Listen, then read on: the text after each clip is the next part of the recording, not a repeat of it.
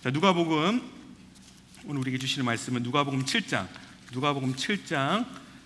우리 11절로 우리 16절까지의 말씀입니다. 누가복음 7장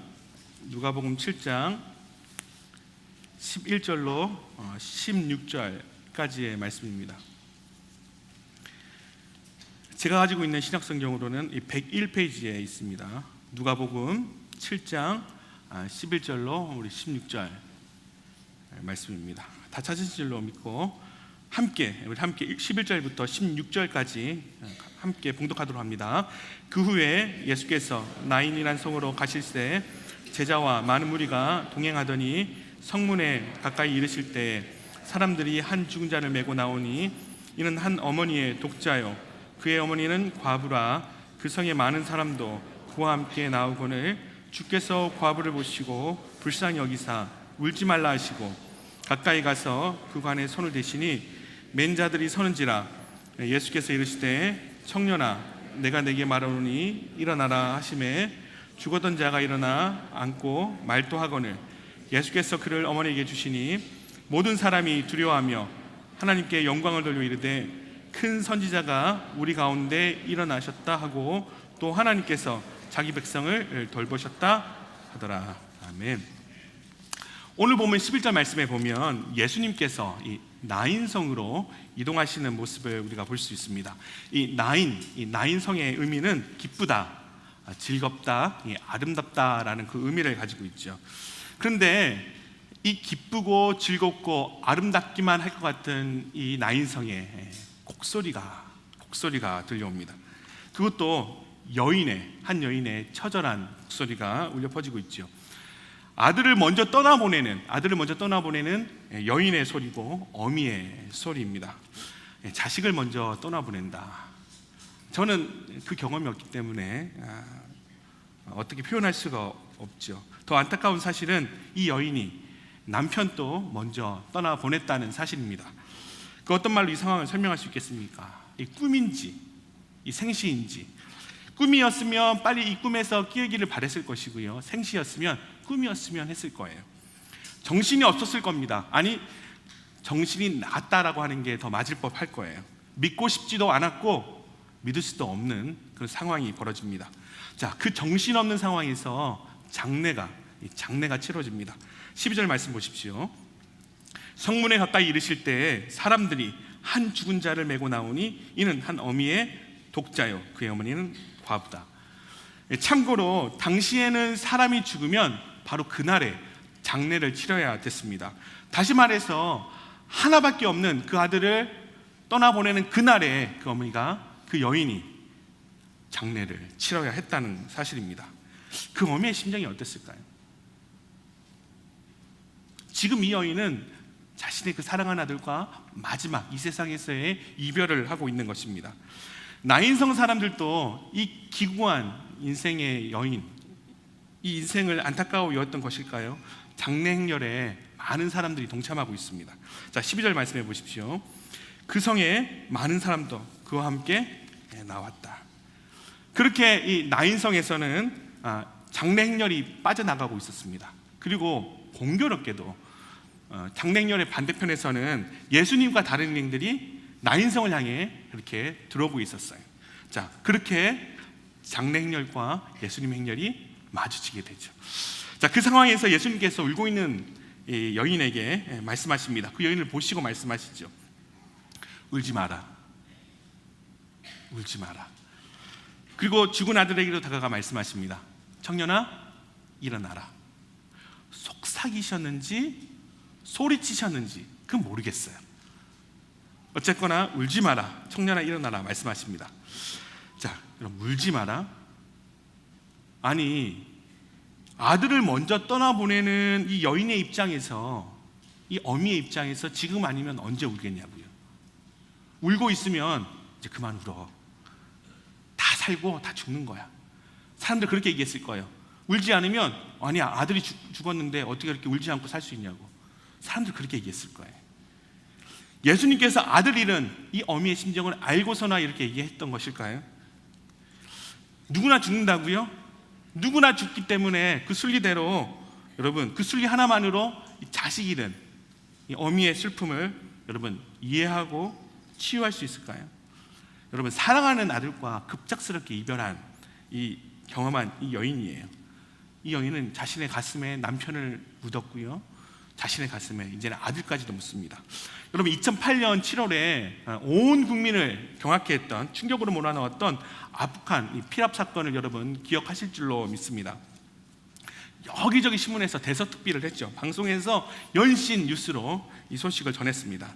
그 당시에 숨진 한 아들의 아버지가 1년이 지난 후에 한 매체와 인터뷰를 했습니다. 이렇게 고백을 했어요. 사랑하는 아들을 먼저 보낸 죄인이 무슨 낯짝으로 살 수 있겠습니까? 사랑하는 아들을 먼저 보낸 죄인이 무슨 낯짝으로 살 수 있겠습니까? 여러분, 나라가 다르고 인종이 다르다고 하지만 부모의 마음이라는 게 다 같지 않을까? 사랑하는 아들을 떠나보내는 그 순간에 부모는 죄인이 됩니다. 그 순간부터 죄인으로 살아가게 되는 거죠. 작년 한 해 제 마음 가운데 가장 울림을 가져다 준 책이 한 권 있어요. 처음에는 제목이 너무 마음에 들어서 읽기 시작한 책인데, 내 마음이 지옥일 때라는 책입니다. 제가 지난번 설교 때는 천국과 관련된 설교를 했는데, 실은 천국보다는 이 지옥이라는 단어가 저한테 확 와닿더라고요. 요즘은 처음에는 제목이 마음에 와닿아서 읽기 시작했는데, 읽다 보니까 한 장 한 장이 가슴에 이렇게 와닿더라고요. 책 내용 가운데 사랑하는 사람과의 영원한 이별을 노래하는 그런 내용이 있어서 여러분에게 함께 나눴으면 합니다. 제가 읽어볼게요. 사랑하는 사람과의 영원한 이별은 지옥의 고통을 안긴다. 예외가 없다. 어느 영화 대사처럼 죽음은 생명이 끝나는 것이지 관계가 끝나는 것은 아니다. 계속 이어져 있다. 계속해서 이렇게 얘기하고 있어요. 그 이는 원래 내 몸과 하나인 듯한 사람이었다. 내 몸의 일부였다. 그게 떨어져 나갔다. 신체의 일부가 없어진 채 평생을 살아가게 된 거다. 눈에 보이지 않아서 그렇지 평생 절뚝거리며 살아야 한다. 그렇게 살 수밖에 없다. 내가 유난을 떨거나 심약해서 그런 게 아니다. 그게 정상이다. 여인은 이 남편을 잃은 것만으로도 이미 벌써 지옥을 경험했을 것입니다. 근데 거기다가 그 아들까지 죽는 거예요. 여인의 마음이 지옥이었을 거고 여인의 삶이 지옥이었을 것입니다. 이 지옥 같은 삶을 살아가는 이 여인에게 예수님께서 기적을 베푸십니다. 13절에서 15절 말씀이에요. 주께서 과부를 보시고 불쌍히 여기사 울지 말라 하시고 가까이 가서 그 관에 손을 대시니 맨 자들이 서는지라. 예수께서 이르시되 청년아, 내가 너에게 말하노니 일어나라 하심에 죽었던 자가 일어나 앉고 말도 하거늘. 여러분, 죽은 아들이 살아났어요. 이 사실 하나만으로도 오늘 본문은 우리에게 큰 은혜를 줘요. 물론 누구보다도 이 여인, 이 아들을 다시 얻은 이 여인이 큰 은혜를 받았겠죠. 감동적입니다. 상당히 감동적이에요. 근데 말씀을 준비하는 제 입장에서는 좀처럼 제게서 떠나지 않는 의문점이 있었어요. 사실 이번 설교 본문을 정하면서 시간이 참 오래 걸렸습니다. 기도하면서 이제 오늘 설교를 해야겠다라는 이제 그 연락을 받고 예전부터 마음에 두고 있었던 이 설교하면 좋겠다, 이런 설교하면 좋겠다고 생각하는 본문들이 있지 않습니까? 그래서 그 몇몇 본문들을 이렇게 살피고 있는데 마음에 감동이 없는 거예요. 이거 참 곤혹스럽거든요, 그때면. 그래서 어쩔 수 없이 새 본문을 막 찾고 있는 거예요. 새 본문을 찾습니다. 그렇게 본문을 찾고 있는데 오늘 본문을 딱 읽는 순간에 이 본문이다 라는 이 마음을 하나님께서 딱 주시는 거예요. 그럴 때 있지 않습니까? 그렇게 본문을 딱 정하고 본문 말씀을 준비하기 시작했어요. 근데 문제가 생긴 거예요. 분명히 본문을 딱 읽었을 때는 하나님께서 제 마음에 이 본문이다라는 그 감동을 주셨는데 막상 설교를 하려고 본문을 딱 살펴보는데 특별한 메시지를 찾을 수가 없는 거예요. 여러분, 뭐 놀라시지 않는데 설교하는 입장에서는 이게 당혹스러운 거거든요. 물론 여러분, 아들의 죽음 앞에 절망하는 이 여인의 삶에 기적을 베풀어 주시는 그 예수님, 그래서 죽은 아들을 살게 하시는 이 생명 대신 그 예수님을 노래하는 그 메시지가 분명히 있죠. 그런데 이건 굳이 제가 아니더라도 이미 수많은 목사님들이 주옥 같은 말씀으로 나누었던 그런 메시지입니다. 아니 왜 하나님께서 이 본문, 하필이면 이 본문에 이 본문을 접하는 그 순간에 제게 마음에 감동을 주셨을까? 왜 내게 이 은혜를 주셨을까?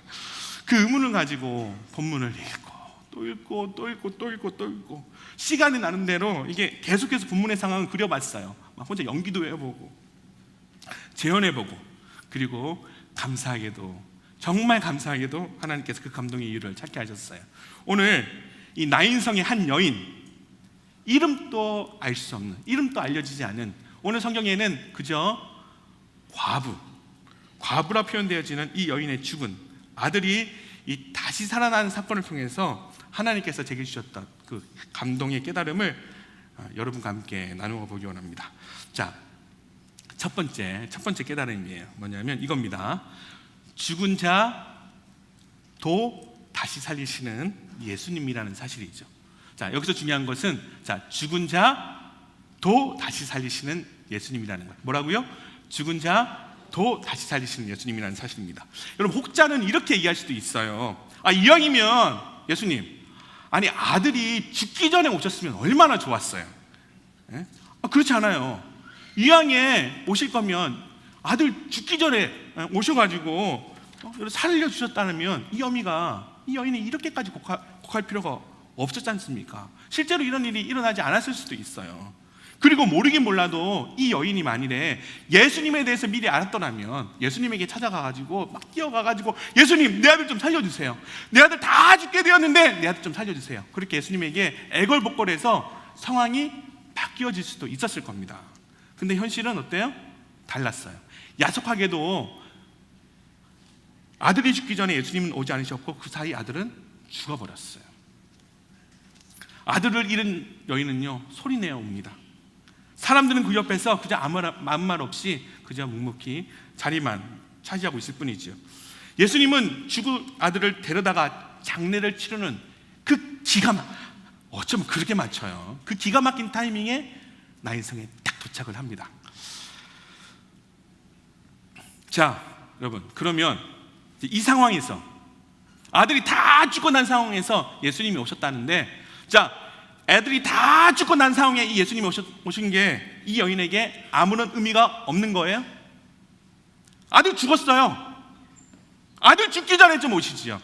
아들 다 죽었어요. 이제 예수님이 오셨습니다. 그럼 이제 예수님 오시는 의미가 없어지는 거예요? 예수님이 있어도 아무런 소용이 없는 겁니까? 그래요? 예수님은, 자, 잘 들으세요. 아들이 죽기 전에만 오셔야지 의미가 있고 소용이 있는 분이세요. 어쩌면 그래서 사람들은, 제자들조차도 예수님에게 저 죽은 아들, 저 여인 불쌍하지도 않으세요? 좀 다시 살려주시죠, 이런 말을 안 했는지도 몰라요.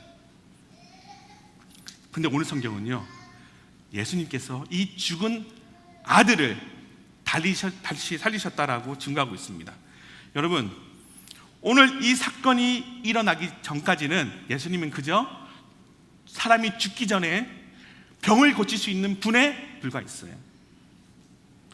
물론 다 죽어가는 사람, 그 다 죽어가는 사람을 고치신 예수님을 경험하는 것, 대단한 경험이죠. 대단한 축복이고 대단한 은혜입니다. 그런데 여러분, 죽은 자도 다시 살리시는 그 예수님의 기적, 예수님을 경험하는 것, 그것이 더 큰 경험이에요.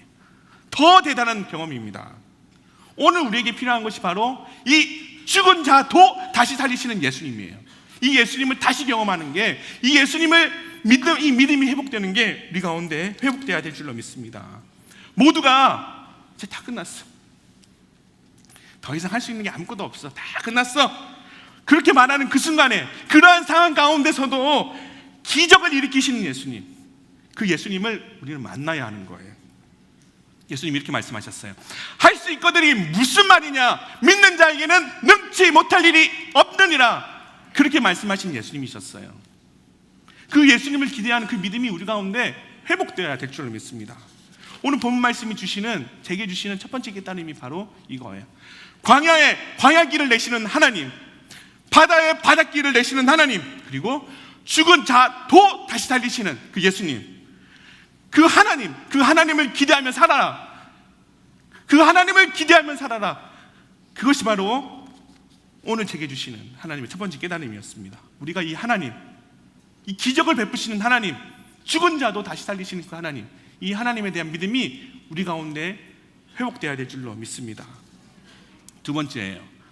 하나님께서 우리에게 주시는, 제게 주시는 두 번째 깨달음은 이거예요. 자, 먼저 찾아와 주시는 예수님이라는 사실입니다.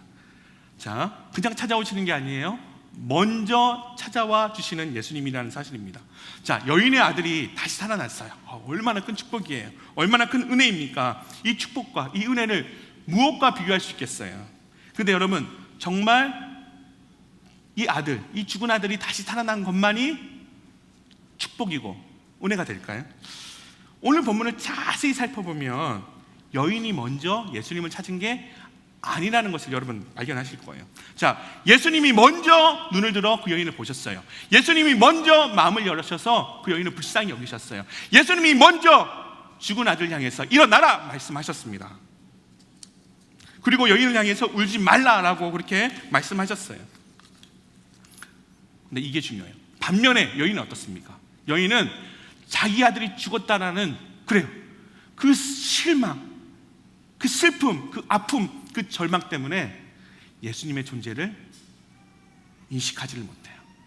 급기야 예수님이 자기 옆을 지나가고 있는데도 예수님이 오신지, 예수님이 있는지 없는지 그 예수님을 알아채리지 못하고 있다는 겁니다. 여러분, 만일에 말이에요, 만일에 예수님이 먼저 이 여인에게 먼저 손 내밀지 않으셨다면 어떻게 되었을까요? 여인은요, 아들의 죽음으로 인해서 그 슬픔 때문에 예수님을 못 만나고 그냥 지나쳐 버렸을 거예요. 저는 오늘 이 시대의 문제가, 이 현실의 문제가 바로 같은 문제라고 저는 생각을 합니다. 여러분, 얼마나 고민거리가 많아요. 얼마나 많은 문제거리가 많은지 모르겠어요. 그 고민거리, 그 문제거리 해결하느라 하루하루가 어떻게 지나가는지 모릅니다. 그렇게 여러분 하루하루 살아가요. 그리고 그렇게 하루하루 살다 보니까 그게 맞는 줄 알아요. 그런 삶에 하나님을 생각할 틈을 낸다는 건 쉽지가 않아요. 솔직히 주일에 예배드리기도 버겁습니다. 그래서 그런가요? 가끔씩 예배도 빠져요. 일부러 그런 것은 아닌데 바쁘다는 이유로, 급하다는 이유로, 힘들다는 이유로 그 하나님과 너무 멀어져 버린 우리, 예수님께서 바로 내 옆에 계시는데도 불구하고 그 예수님을 보지 못했던 그 여인의 모습을 보면서 나도 그렇지 않나라는 그런 생각을 가져봅니다. 이 권 목사님의 오늘 칼럼 보시면 이 세상이 물질적으로 너무 풍족해져서 하나님을 필요로 하지 않는 그 세상이 되어버렸다라고 하는 안타까움을 표현하고 있는데요, 이도 맞습니다. 근데 또 다른 한편으로는 육신적으로 너무 힘들어져서, 너무 바빠져서, 너무 분주해져서 이 역시 하나님을 찾지 못하게 하는 그러한 이유가 되지 않았나라는 생각을 가져봅니다. 오늘 본문의 나인성의 여인도 마찬가지지요. 만일에요, 예수님을 보지 못했으면, 예수님께서 먼저 이 여인을 먼저 찾아와 주시지 않았다면, 그래서 손 내미시지 않으셨다면 여인은 예수님을 만나지 못했을 거예요. 그리고 죽은 아들을 다시 살리시는 그 예수님을 경험하지 못했을 겁니다. 그 대신 아들을 잃은 그 슬픔, 그 아픔, 그 절망 가운데 빠져 살아갔을 거예요. 말씀을 준비하면서 이런저런 찬양을 듣고 있는데 갑자기 오래전에 들었던 찬송가, 많이 불렀던 찬송가인데 그 찬송 하나가 제 머리에 확 꽂히더라고요. 이 제집 맡은 우리 구주라는 찬양인데 여러분 아세요? 이런 가사가 있죠. 제집 맡은 우리 구주 어찌 좋은 친구지, 걱정 근심 무거운 짐 우리 주께 맡기세, 이렇게 찬양합니다. 그 다음이 중요해요. 주께 고함 없는 고로 뭐라 그래요? 복을 얻지 못하네, 사람들이 어찌하여 아랠 줄을 모를까. 여기 이 부분 있잖아요. 주께 고함 없는 거로 복을 받지 못하네. 제가 이 부분에서요 가슴이 내려앉더라고요. 야,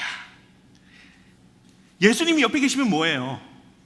예수님이 계시면 뭐예요? 이렇게 많은 말씀들이 퍼져나가고 있고 내 손에 언제든 유튜브에 말씀이 쏟아져 나오는 이때 있으면 뭐하냐고요. 내가 예수님을 찾지 못하고 내가 예수님을 만나지 못하는데 그게 무슨 소용입니까?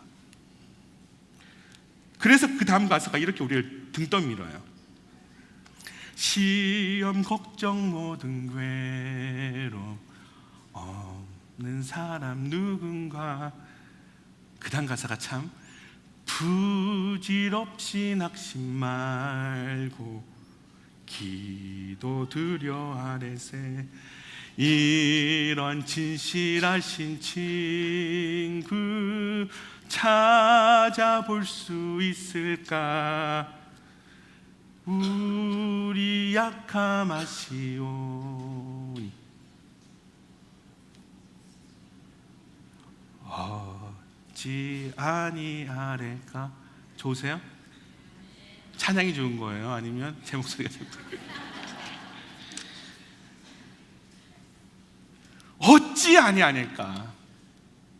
사람들이 어찌하여 아닐 줄을 모를까. 여인에게 여러분 뭔가 특별한 것이 있었던 게 아니에요. 예수님과 이 여인 사이에 특별한 인연이 있었던 것도 아니에요. 그냥 지나치시면 돼요. 그냥 또 하나의 죽음이겠거니 하고 여러분 예수님 지나가시면 됩니다. 그리고 어차피 여인도 예수님을 못 알아봤어요. 그냥 지나가시면 됩니다.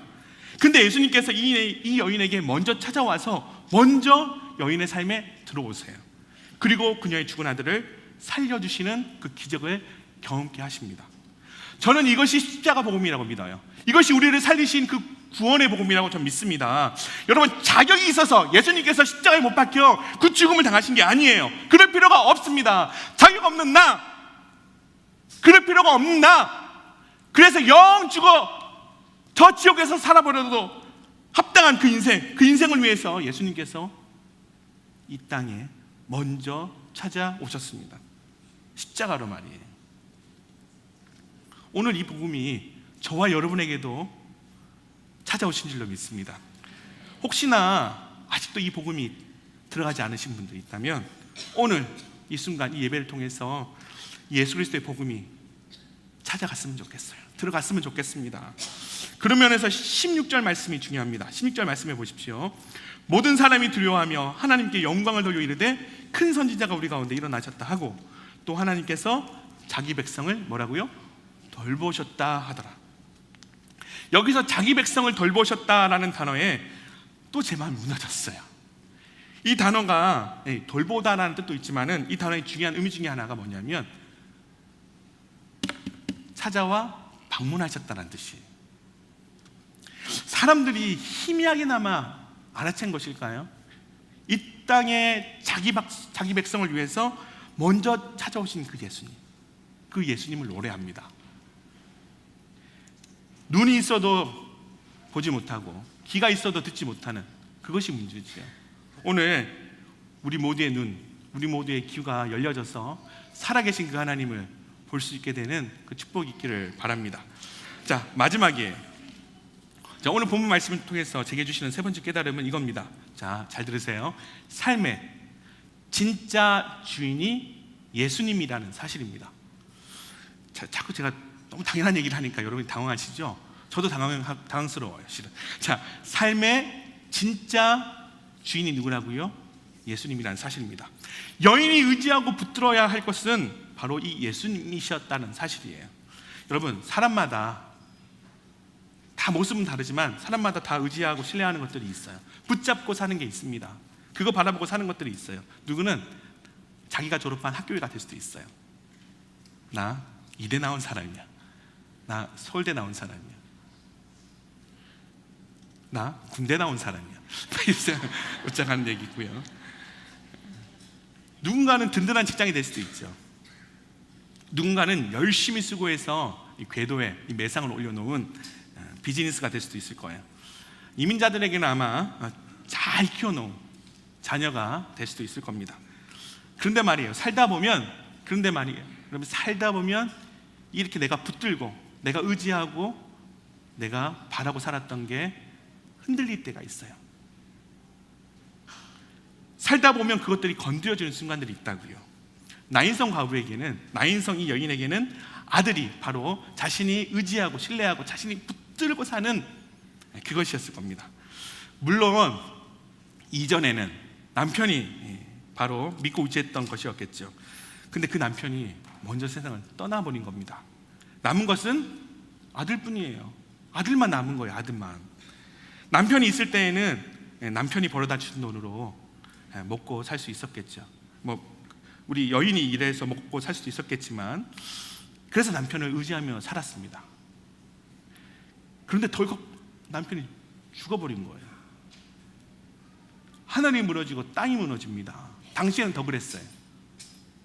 그나마 남은 게 아들이에요. 아들. 이 아들. 그래서 바라본 게 아들입니다. 남은 게 아들이어서 그래서 바라본 게 아들이라고요. 그것도 하나밖에 없는 이 독자 아들이에요. 그래도 다행이에요. 아들이 남아서. 아들이라도 없었으면 어떡해. 근데 그 아들이 꿈에서도 일어나지 않았던, 아니 일어나서는 안 될 일이 일어난 거예요. 그 아들이 먼저 세상을 떠나는 거예요. 아들만 바라보고 살았는데 하루하루 버텨낸 것도 아들 때문이었어요. 하루하루 견뎌낸 것도 아들 때문이었습니다. 그런데 그 아들이 죽어요. 그 모진 세월 견딜 수 있었던 것도 아들 때문이었어요. 그 모진 세월, 그 모진 풍파 견뎌낼 수 있었던 것도 아들 때문이었습니다. 근데 그 아들이 죽어요.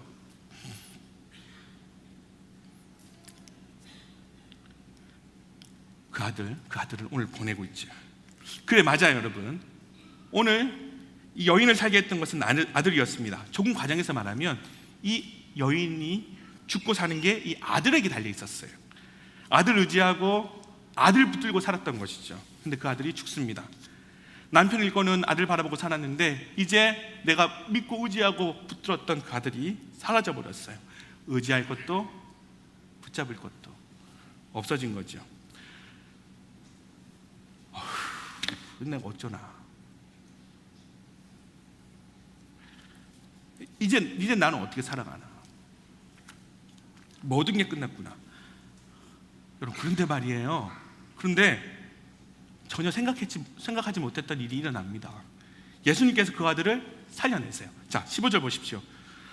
죽었던 자가 일어나 앉고 말도하거늘 예수께서 그를 어머니에게 주시니. 자, 여러분, 여기서 중요한 포인트는, 제가 강조하고 싶은 포인트는 아들이 다시 살아났다는 데 있지 않습니다. 그것도 중요해요. 근데 제가 여러분과 함께 나누고 싶은 포인트는 이겁니다. 그 죽은 아들을 다시 살리셨는데, 그 죽은 아들, 다시 살리신 그 아들을 예수님이 데려다가 그 여인에게 건네주신다는 거, 거기에 있어요. 누가가, 오늘 본문을 기록한 누가가 이를 굳이 본문에서 집어주고 있어요. 성경에 얼마나 많은 기적 얘기가 있는데요. 근데 이런 경우는 없었어요.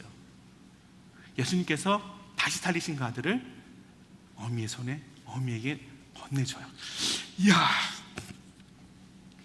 예수님께서 죽은 그 아들을 다시 살리셔서 자신에게 건네는 순간에 여인이 뭘 깨달았을까요? 이야, 내 아들이 살아났다. 그렇죠. 당연한 겁니다. 근데 저는 이 여인이 하나 더 깨달은 게 있다라고 저는 확신해요. 이제까지는 죽고 사는 게 남편에게 달린 거였어요. 내가 붙들고 살아야 되는 게 남편이고 아들인 줄 알았어요. 근데 오늘 보니까 죽고 사는 게 남편과 아들에게 달린 게 아니었구나. 죽고 사는 게, 내가 붙들고 살아야 되는 게 바로 하나님께 달린 것이었구나 라는 그 사실을 깨닫게 됩니다. 내가 의지하고 내가 신뢰하고 내가 붙잡고 살아가야 할 것이 남편도 아니고 아들도 아니고 내 직장도 아니고 내 학력도 아니고 내 비즈니스도 아니고 나도 아니고 하나님이었구나. 그 사실을 깨닫게 된 것이죠. 그러면서 14절에서 예수님께서 이 죽어있는 아들을 향해서 선포하신 말씀이 중요합니다. 예수님께서 이 아들을 다시 살리실 때 하셨던 말씀이에요. 자, 보십시오. 예수께서 이르시되 청년아, 내가 너에게 말하노니, 자, 뭐라 그랬어요? 일어나라. 여기서 일어나라라는 말은, 우리말에 해당하는 이 헬라어는 에게르데티라는 단어입니다. 헬라어는 중요하지 않아요. 근데 흥미로운 것은 이 단어의 용법이에요. 이 단어의 용법이 수동태입니다. 아침부터 법법 하니까 여러분 정신 없으시죠? 별로 중요한 건 아니에요. 제가 정리해서 말씀드릴게요. 쉽게 말하면 예수님께서 죽은 아들, 이 죽은 청년에게 일어나라고 하실 때, 야, 일어나, 일어나, 일어나, 내가 왔잖아, 일어나, 이게 아니었어요. 예수님께서 말씀하셨던 것은 일어나라라는 이 의미, 이 수동태의 의미는 예수님의 능력, 예수님의 권세, 이 예수님의 능력과 예수님의 권세에 의지해서 일어나라라는 거예요. 거기에 의지해서 네가 일으켜 세움을 받아라는 뜻입니다. 네 힘으로 일어나는 것이 아니라 예수님의 능력, 예수님의 권세에 의지해서 일어나라라는 것이에요. 조금 전까지만 하더라도 분명히 죽어서 힘없이 누워있었던 그 아들이었어요. 그 아들이 예수님의 손에 이끌려서 자신에게 나왔을 때 여인은 비로소 자신의 삶에 죽고 사는 게, 자신의 삶에 붙들려야 될 것이 무엇인지를 깨닫게 됩니다. 자신의 삶을 이끌어 가셨던 분이 누구신지를 분명하게 똑똑히 알게 된 것이에요. 더 나아가 이 세상의 주인이 누구신지를 알게 되었다는 것이죠. 오늘 예수님께서 본문 말씀을 통해서 우리 모두에게 던지는 질문이 여기 있습니다. 여러분이 의지하고 신뢰하고 붙들고 사는 것이 무엇입니까? 여러분이 지난 한 주 동안 여러분이 의지하고 여러분이 신뢰하고 그래서 내가 붙들고 살았던 것이 무엇입니까? 이사야 1장 3절에 이렇게 말씀하고 있어요. 소는 그 임자를 알고 나귀는 그 주인의 구유를 알건만은 이스라엘은 알지 못하고 내 백성은, 나의 백성은 깨닫지 못하는도다. 오늘 우리의 삶의 주인이 하나님이심을 인정하는 예배 되시기를 바랍니다. 오늘 우리가 의지하고 붙들어야 할 분이 바로 이 하나님, 이 하나님 한 분이심을 인정하는 결단이 예배 가운데 있기를 바랍니다. 여러분, 죽은 자도 다시 살리시는 예수님, 나를 먼저 찾아오시는 예수님, 그리고 내가 의지하고 붙들어야 하는 내 삶의 주인 되신 예수님, 오늘 이 예수님이 저와 여러분의 삶에도 찾아오셔서 새 일을 행하실 줄로 믿습니다. 마지막으로 비록 육체적인 눈은 감겨졌지만 영적인 눈이 열려졌던, 깨어졌던 헬렌 켈러의 한 말을 여러분과 나누고 말씀을 마무리하기 원해요. 사실 여기에서 제 설교 제목을 제가 가져왔습니다. 행복의 한쪽 문이 닫히면 다른 쪽 문이 열립니다. 그러나 흔히 우리는 닫혀진 문을 오랫동안 보기 때문에 우리를 위해 열려있는 문을 보지 못합니다. 우리는 닫혀진 문을 오랫동안 보기 때문에 우리를 위해 열려있는 문을 보지 못합니다. 여러분, 닫혀진 문 앞에 너무 오래 서 있지 마십시오. 닫혀진 문 앞에 너무 멍 때리고 있지 마십시오. 이제 우리를 위해 새 문을 열어주시는, 새 길을 열어주시는 그 주님을 바라보십시오. 고개 드시고 세상 당당히 바라보시고 세상만 바라보지 마시고 살아계신 하나님, 나와 함께 하시는 그 예수님, 오늘 또 임마누엘로 함께 하시는 그 하나님, 그 하나님을 찾게 되고 만나게 되는 그 축복이 우리 모두에게 있기를 주의 이름으로 축원합니다. 아멘.